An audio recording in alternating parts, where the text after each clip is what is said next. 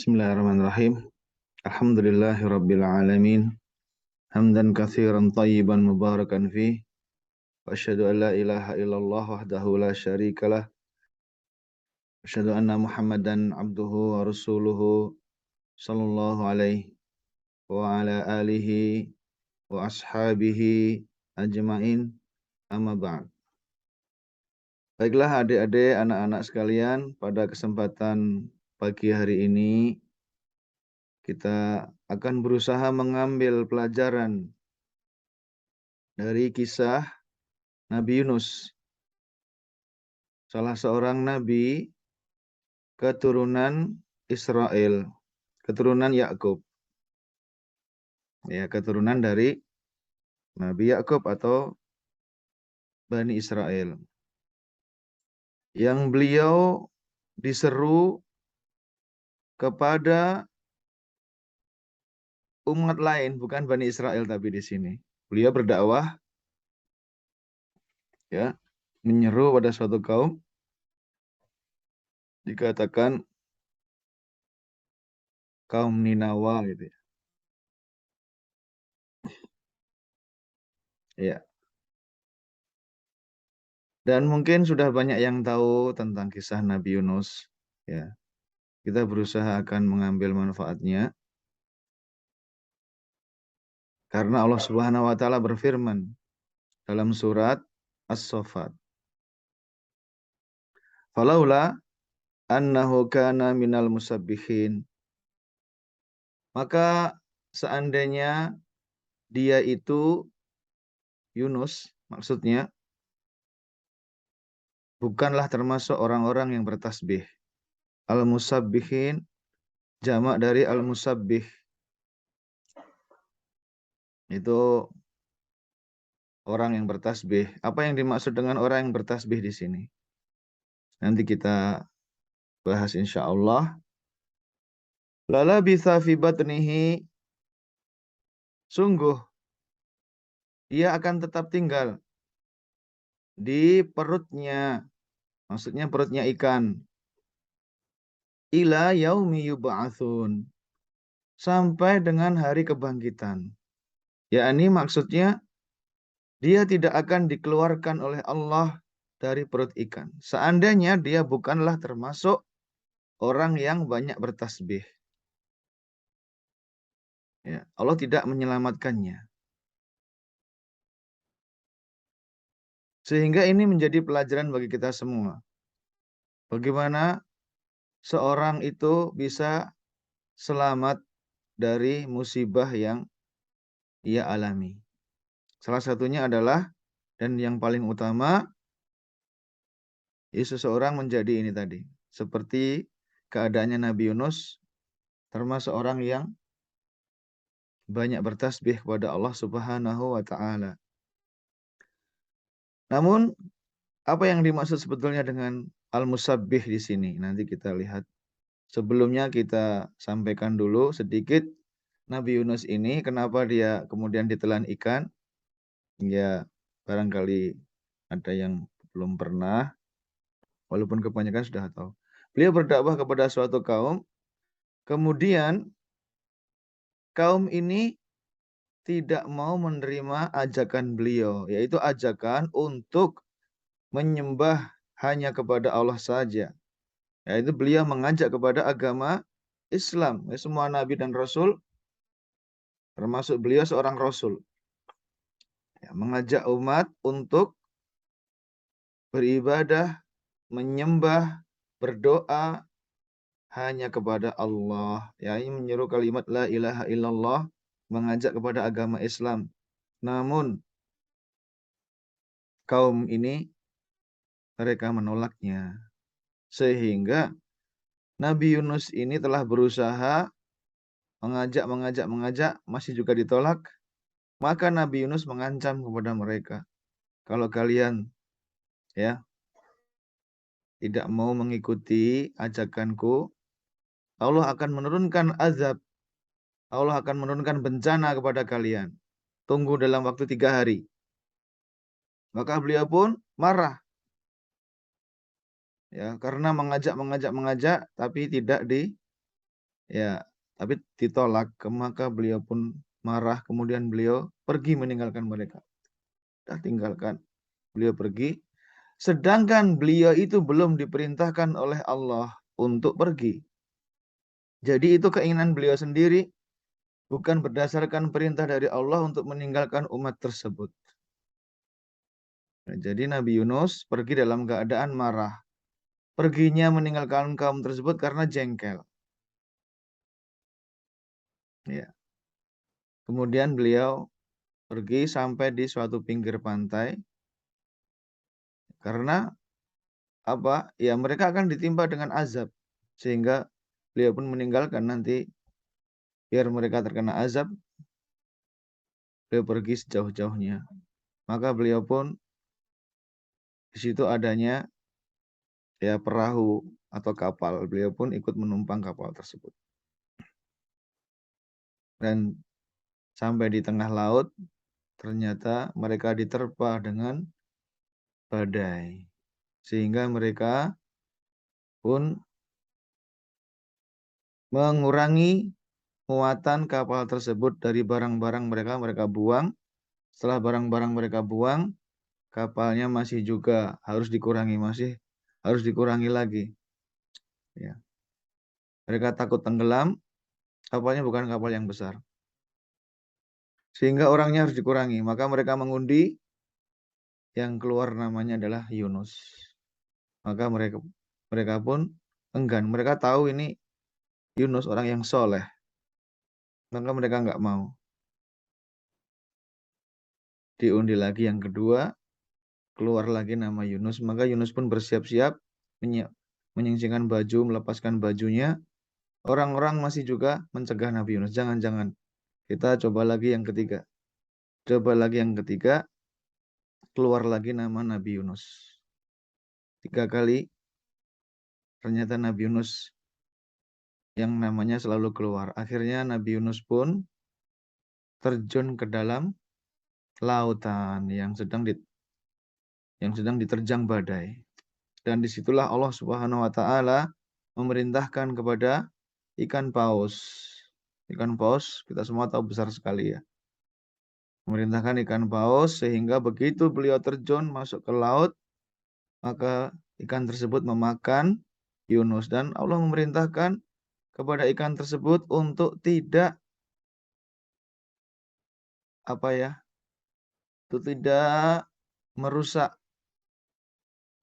ya, jasadnya Nabi Yunus, tidak meremukkan tulang-tulang beliau, sehingga beliau cuma ditelan aja. Kayak orang ya nelan obat itu ya, ditelan gini aja masuk langsung ke perutnya. Nabi Yunus kemudian menyangka dia telah ya mungkin dia sadar nggak sadar begitu ya. Mungkin beliau menyangka mungkin beliau akan mati. Namun ternyata beliau merasakan beliau masih hidup, beliau masih bisa bergerak di dalam perut ikan. Dan disitulah beliau bertasbih. Ya, ini seseorang yang biasa memuji, biasa berzikir kepada Allah, biasa beribadah kepada Allah, tatkala dalam keadaan susah, kepayahan, dan diterjang dengan musibah, maka yang dia ingat pertama kali adalah Allah Subhanahu wa taala. Sebagaimana yang dilakukan oleh Yunus alaihissalam. Di dalam perut ikan itulah beliau memuji-muji Allah Subhanahu wa taala. Dan yang menjadi pelajaran bagi kita, Nabi Yunus ketika di dalam perut ikan, beliau tidak berdoa kepada Allah dengan mengatakan, "Ya Allah, keluarkanlah aku dari perut ikan ini." Dia tidak mengatakan seperti itu. Beliau hanyalah memuji-muji Allah, kemudian beliau bertaubat, memohon ampun kepada Allah dengan kalimat, "Inni kuntu minadz zalimin." Kalimat yang ketiga. Kalimat yang pertama, La ilaha illa anta. Ini adalah kalimat pujian. Ya, kalimat tauhid. Mentauhidkan Allah Tidak ada sesembahan yang hak kecuali Engkau ya Allah. Kemudian subhanaka, maha sempurna Engkau. Kemudian beliau mengatakan inni kuntu minadz zalimin. Sesungguhnya aku adalah termasuk orang-orang yang zalim. Ya. Bacaan seperti ini ya mirip dengan seperti bacaan kita ketika kita sujud. Ketika sujud kita mengatakan subhanakallahumma wa bihamdika, ya berupa puji-pujian kepada Allah. Maha sempurna Engkau ya Allah, wa bihamdika, dan segala puji milikmu. Allahumma gfirli. Kita mengatakan apa? Allahumma gfirli. Ya Allah, ampunilah aku.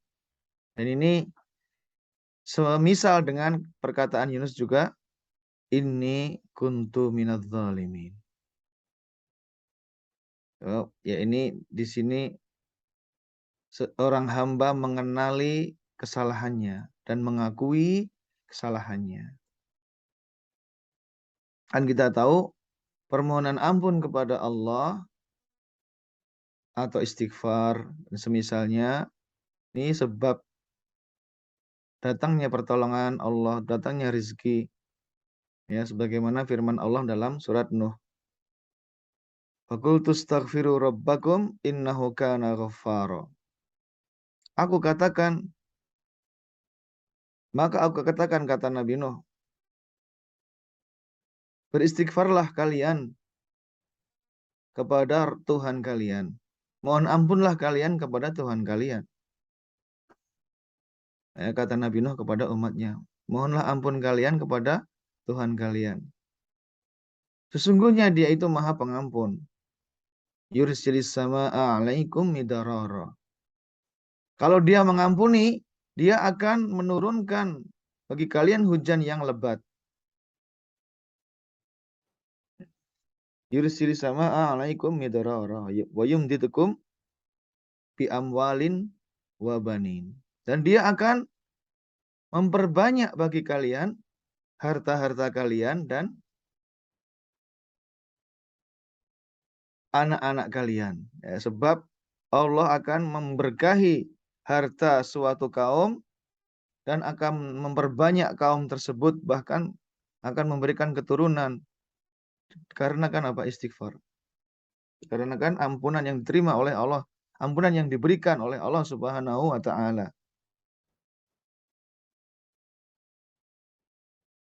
Wa yaj'al lakum jannatin wa yaj'al lakum anhara.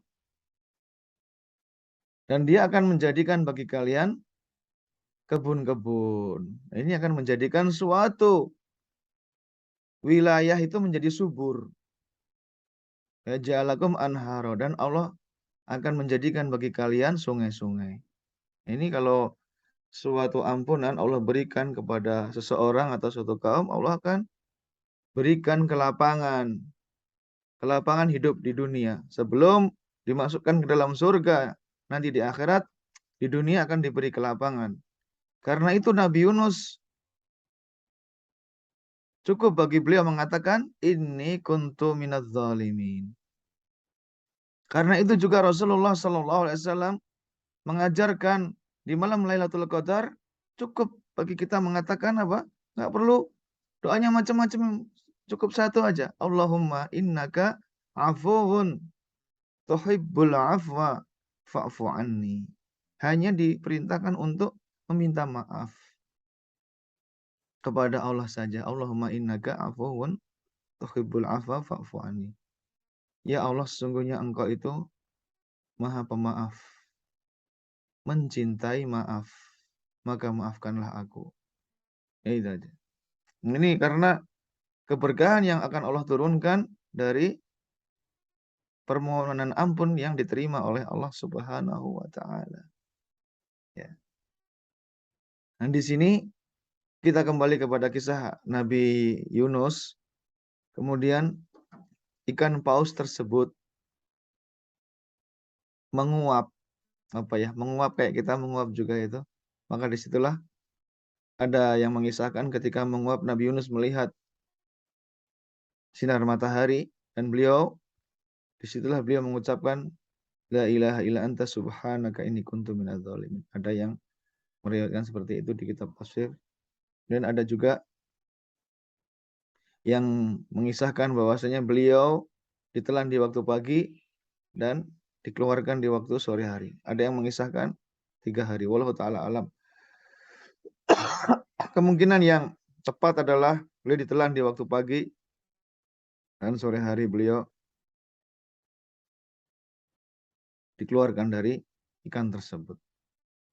Wallahu taala alam. Itu tidak begitu penting. Yang jelas kemudian beliau dikeluarkan di suatu tanah yang tandus dan Allah menumbuhkan sebuah pohon labu di situ ya, yaketin atau yaketinah, pohon yaketin. Ini ditanya Abu Hurairah yang meriwayatkan hadis. Abu Hurairah, apa itu pohon yaketinah atau pohon yaketin? Kata Abu Hurairah, ini semacam labu. Ya, labu itu buahnya lembut, cocok untuk orang yang sakit. Dan Nabi Yunus keluar dari perut ikan dalam keadaan sakit. Ya bisa dibayangkan ya. Gak usah berhari-hari dalam perut ikan. Ya selama itu dari pagi sampai sore aja. Tuh beliau keluar dalam keadaan dikatakan itu seperti anak ayam yang belum ada bulunya. Atau seperti anak burung yang baru dilahirkan. Ya. Beliau dalam keadaan sakit. Dikatakan dalam surat As-Saffat tadi lanjutannya fanabatnahu bil ara'i wa huwa sakim. Maka Allah menumbuhkan baginya itu ya, tumbuhan dan dia dalam keadaan sakit. Kemudian nanti Nabi Yunus akan memakan tumbuhan tersebut. Kita bisa bayangkan, jadi Allah itu menumbuhkan pohonnya itu kapan? Sebelum Nabi Yunus itu, mungkin sebelum Nabi Yunus naik perahu ya berarti. Karena pohon itu butuh waktu untuk tumbuh. Sedangkan di situ tanahnya tandus. Pohonnya cuma ada satu pohon itu saja. Itu untuk Nabi Yunus hidup di situ. Sehingga beliau bisa makan. Dan di situ labu juga banyak airnya. Sehingga beliau tidak kekurangan air. Nah, di sini pelajaran yang lain lagi. Bagaimana Yunus bisa selamat ini? Karena Allah mengatakan minal musabbihin. Termasuk orang-orang yang banyak selalu bertasbih. Ya, apa makna di situ? Ya, berkata Ibnu Abbas dan murid-murid Ibnu Abbas juga seperti Said bin Jubair, Qatadah, Ad-Dhahak juga di sini mereka mengatakan yang dimaksud dengan al-musabbihin yaitu al-musallin. Apa? Orang-orang yang sholat. Ya iya jelas dong. Kalau masalah sholat, semua nabi dan rasul sholat. Tapi maksudnya di sini banyak sholat. Atau beliau memiliki keistimewaan ibadah tambahan dalam sholat, yaitu sholat sunnah. Atau jika beliau sholat wajib sendiri, beliau memperpanjang sholatnya. Yakni maksudnya di sini hal-hal sunnah yang terkait dengan sholat. Adapun sholat wajib pasti itu dikerjakan. Ya pasti dikerjakan. Dan Imam Ahmad rahimahullah, Imam Ahmad bin Hambal membawakan riwayat dari Qatadah. Ya, perkataan Qatadah. Qatadah ini muridnya Ibnu Abbas. Qatadah mengatakan, menceritakan tentang Yunus, yaitu tentang apa makna al-musabbihin. Yaitu Nabi Yunus. Kebiasaannya apabila berdiri sholat, beliau berdirinya lama. Iya nih dalam sholat sunnah beliau. Berarti ini maksudnya dalam sholat sunnah beliau ya khususnya. Allah Ta'ala alam karena jika beliau sholatnya ada pengikutnya berjamaah, maka salat berjamaah itu tidak diperlama karena ada jamaah. Kecuali jika beliau salatnya sendiri, yang ala kulli hal beliau memiliki keistimewaan ibadah dalam salat. Ya, menambah dengan perkara-perkara yang sunnah dalam salat. Ya, berdirinya lama. Dan inilah yang dikatakan dalam riwayat-riwayat tentang terkait dengan ayat ini, tentang al-musabbihin, banyak yang meriwayatkan maksudnya adalah orang yang menegakkan sholat. Dan ternyata sholat sunnah yang dikerjakan dengan sungguh-sungguh ini menjadi bekal bagi seseorang tatkala dia tertimpa musibah. Sekarang kita lihat ya, misalnya kenapa Allah mengatakan al-musabbihin? Kok sholat kok dikatakan orang-orang yang bertasbih ya? Karena di dalam sholat itu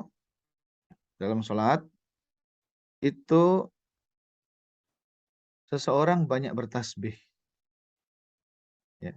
Ternyata berapa kali seorang bertasbih dalam satu rakaat? Kalau kita lihat satu rakaat ya. Seorang itu bertakbir berapa kali?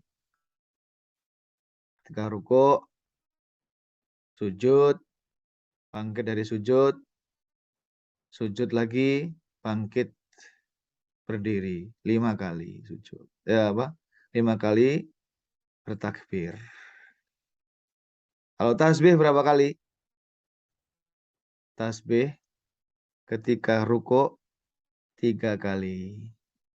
Ketika sujud yang pertama 3 kali minimal. Sujud yang kedua 3 kali lagi, 9 kali. Dalam satu rakaat seseorang bertasbih. Makanya juga dikatakan orang yang salat itu orang yang bertasbih karena banyaknya tasbih di dalam sholat. Mungkin ini tafsir yang mentafsirkan makna dari al-musabbihin ay al-musallin, orang-orang yang menegakkan sholat. Maka ini tafsir yang sangat kuat ya. Dan ini sesuai dengan sabda Nabi SAW lagi diriwayatkan oleh Abdullah bin Abbas, diriwayatkan oleh Ibnu Abbas dalam hadis ihfadillah yahfadka, jagalah Allah, Allah akan menjagamu. Dalam pertengahan hadis tersebut Nabi SAW mengatakan ta'arraf ilallahi firraha ya'rifka fi syiddah. Kenalilah Allah di saat lapang, Allah akan mengenalmu di waktu sempit. Ya, maksudnya gimana? Kenalilah Allah, maksudnya di saat lapang itu beribadahlah, gunakanlah waktu luangmu ketika kamu lapang dengan memperbanyak ketaatan dan beribadah, berbuat baik, berbuat ihsan, apa-apa yang diridhoi oleh Allah Subhanahu wa taala. Maka tatkala kalian ditimpa dengan kesempitan, kesusahan, Allah akan menurunkan pertolongannya kepada kalian. Maksudnya begitu. Oh. Maksudnya demikian. Saya ulangi lagi. Jadi ketika lapang, gunakanlah waktu lapang tersebut untuk bersungguh-sungguh melakukan ketaatan kepada Allah Subhanahu wa taala, menambah dengan ibadah-ibadah sunnah, ibadah yang tidak wajib, yang tatawwu istilahnya, atau nafilah atau sunnah, tambahkanlah. Dan di antara ibadah yang utama kita tambahkan saat kita lapang, yaitu adalah sholat sunnah. Ya, dalam sholat tersebut terkandung, karena sholat ini termasuk zikir yang paling afdol, yang paling utama, karena di dalam sholat ada tasbih, takbir, tahmid, alhamdulillah ada. Segala bentuk pujian itu ada di situ. Ada membaca Al-Quran, ada istighfar, ada doa permohonan ada, tatkala duduk di antara dua sujud ada, mengagungkan Allah ada. Semua anggota tubuh kita dalam keadaan beribadah, ketika sujud semuanya sujud. Ada sujud, ruku, ya, lengkap sekali di situ. Dan seseorang jika memiliki hafalan Al-Quran, yang paling utama murajaah atau mengulang hafalannya tersebut, gunakan ketika sholat. Murajaah sambil sholat, itu yang paling utama, digunakan untuk sholat itu. Hafalannya diulang-ulang sambil dia sholat sunnah. Dan ini akan menjadi sebab datangnya pertolongan Allah Subhanahu wa taala tatkala seseorang ditimpa dengan musibah atau kesempitan. Ya, bukan itu saja ya, ada juga contoh yang diberikan oleh Rasulullah SAW, kisah 3 orang yang terperangkap dalam goa. Ini juga mereka sama, berdoa dengan amal soleh yang mereka pernah kerjakan di saat mereka lapang. 3 orang yang terperangkap dalam goa. Dan salah satu mengatakan, kita tidak akan bisa keluar dari goa ini kecuali dengan kita berdoa kepada Allah, bertawasul menggunakan amal soleh kita masing-masing. Maka 3 orang ini masing-masing berdoa dengan menyebutkan amal soleh yang pernah mereka kerjakan di waktu lapang. Salah satu menyebut amal soleh mereka ketika mereka itu berbakti kepada kedua orang tuanya. Yang satu menggunakan amal solehnya meninggalkan maksiat perzinaan karena takut kepada Allah. Ini juga amal soleh. Jadi amal soleh itu ada juga bentuknya seseorang meninggalkan maksiat karena takut kepada Allah, bukan karena dia nggak mampu melakukan maksiat tersebut, tapi karena dia takut kepada Allah. Itu juga amal soleh. Yang ketiga, dia bertawasul menyebut amal solehnya itu tatkala dia itu dalam masalah muamalah dengan uang, yaitu dia seorang yang amanah dalam menjaga harta seseorang. Ini berat sekali juga ini. Ya. Seorang itu bisa dilihat agamanya dari mana? Dari amanah atau tidaknya dia dalam masalah harta. Nih ya. Seorang itu dikatakan orang baik bukan cuma dari ibadahnya saja yang seperti sholat, puasa, bukan. Tapi ia dari itunya. Ibadahnya kepada Allah bagaimana. Dan bagaimana dia itu bermuamalah amanah enggak kepada sesama manusia. Ya, seperti yang dilakukan orang yang ketiga tadi. Dia menjaga harta seseorang. Ya, itu salah seorang pekerjanya itu punya upah, baru mau diberikan orangnya udah pergi. Kemudian hartanya ini dia belikan kambing, ya, agar bisa berkembang. Maka kambingnya ini menjadi kambing banyak sekali satu lembah. Kemudian pekerja tadi datang kepada dia, menanyakan, mana upahku, gajiku yang dulu belum aku ambil. Kata dia, kamu lihat itu, kambing itu satu lembah itu, punyamu semua katanya. Kata pekerja tadi, kamu ngecek saya banyak sekali kambing seperti itu. Masa hartaku segitu? Iya, itu punyamu semua. Ambil. Kemudian diambil semuanya, kambingnya itu diambil semuanya oleh pekerja. Tanpa satu pun dia memberikan hadiah kepada orang yang menjaga ini. Ya. Dan dia melakukan itu, dia katakan dalam doanya itu, ya Allah, kalau aku lakukan ini ikhlas semata-mata karena mengharapkan wajahmu, agar bisa melihat wajahmu nanti di akhirat, bukakanlah pintu gua. Kemudian pintu gua itu akhirnya terbuka. Setelah tiga-tiganya berdoa, ya terbuka sedikit, sepertiga terbuka, terbuka lagi, kemudian akhirnya terbuka, dan 3 orang ini bisa keluar selamat dari musibah. Ya, karena tertutup dengan sebuah batu yang sangat kuat, yang tidak mungkin mereka bisa keluar. Dan itulah amal soleh mereka ketika mereka lapang, disitulah Allah memberikan pertolongan. Ya, memberikan pertolongan kepada hambanya. Ini penting karena apa? Ya, orang kalau lagi lapang itu sering lupa sama Allah. Orang itu ingat kepada Allah tatkala ditimpa kesempitan, tatkala ditimpa kesusahan, maka dia pun berdoa kepada Allah. Tapi kalau orang berdoa dengan khusyuk, di saat dia itu lapang itu sulit. Rasa butuh kepada Allah di saat lapang itu sulit. Lebih sulit, lebih sulit. Karena itu bagaimana kita bisa melakukan hal ini? Khusyuk beribadah di saat lapang. Ini akan menjadi sebab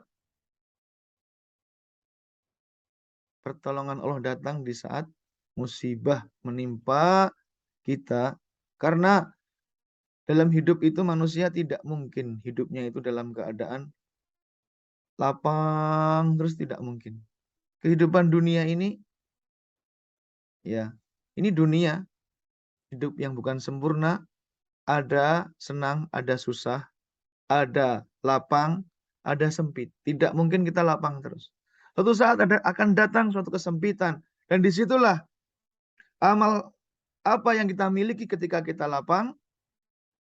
Nah, disitulah bagaimana kita nanti ketika kita ditimpa dengan kesempitan.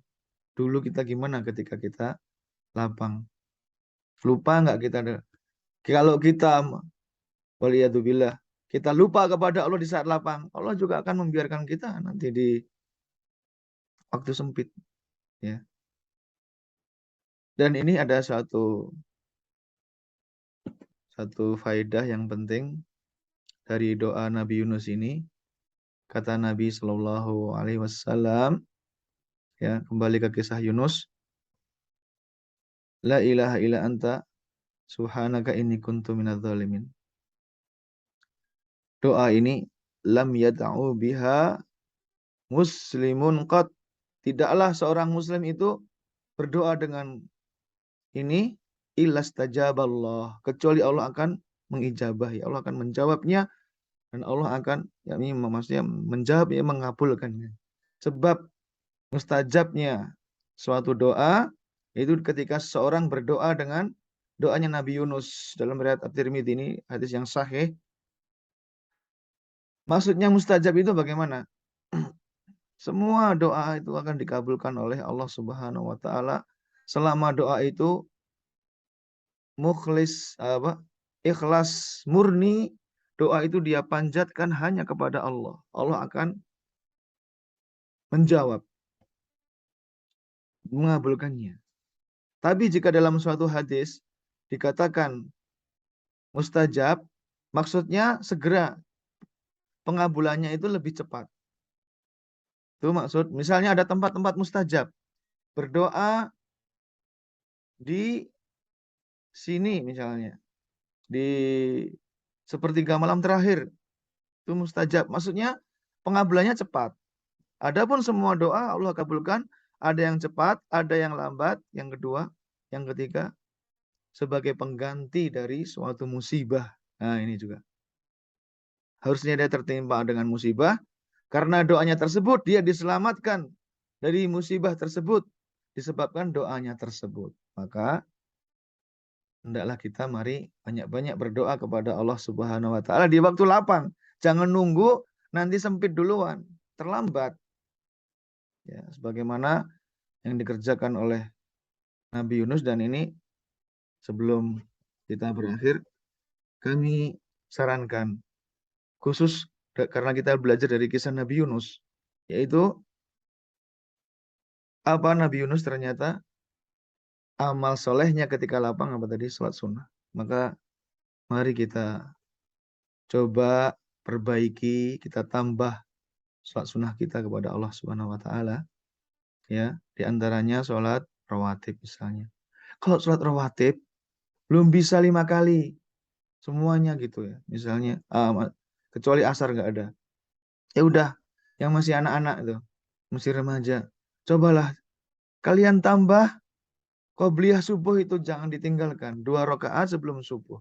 Kalau wanita, ya, sholat di rumah sholat subuhnya. Sebelum sholat subuh, sholat dulu 2 rakaat sebelumnya. Rakaat pertama baca Al-Fatihah, qul ya ayyuhal kafirun. Rakaat kedua Al-Fatihah, qul huwallahu ahad. Coba ini dikerjakan istiqomah. Setiap hari jangan ditinggalkan. Ini dua rakaat sebelum subuh selalu dikerjakan Nabi meskipun safar. Ada dua sholat sunnah yang tidak ditinggalkan Nabi ketika meskipun beliau safar. Yaitu diantaranya 2 rakaat sebelum subuh. Coba kalianlah kerjakan itu istiqomah. Terus tiap hari. Nanti kalau itu sudah bisa istiqomah, tambah 2 rakaat setelah maghrib misalnya. Ya. 2 rakaat setelah isya misalnya. Nanti kalau udah bisa terus ditambah sedikit demi sedikit. Yang penting rutin dulu setiap hari. Sampai nanti bisa duhur juga sebelum duhur, setelah duhur. Ya, bisa semua kita kerjakan. Itu kita berharap karena apa? Itu akan menjadi tabungan kita di dunia dan di akhirat. Dua-duanya. Salat rawatib itu kalau dikerjakan semuanya dapat dibangunkan sebuah rumah di surga. Itu di surga nanti. Dan dia menjadi sebab datangnya pertolongan Allah Subhanahu wa taala karena dengan kita salat sunnah rawatib misalnya. Maka kita menjadi termasuk al-musabbihin, termasuk orang-orang yang bertasbih. Ya. Iya, ini seperti Nabi Yunus tadi. Jadi orang yang bertasbih itu apa maksudnya? Orang yang sholat, yaitu sholat sunnah. Dan kalau sudah bisa, coba kita kerjakan sholat sunnah itu tidak buru-buru. Ya, biasanya orang kita lihat ketika sholat sendiri, dia sholatnya itu buru-buru gitu. Dan Nabi Yunus tadi disifati apa? Sholat sunnahnya itu dia berdirinya lama. Nah, coba kita sholat sunnahnya, walaupun tidak lama seperti Nabi Yunus, tapi coba kita sholat sunnah yang jangan buru-buru minimal. Ya, demikian yang bisa saya sampaikan pada kesempatan kali ini.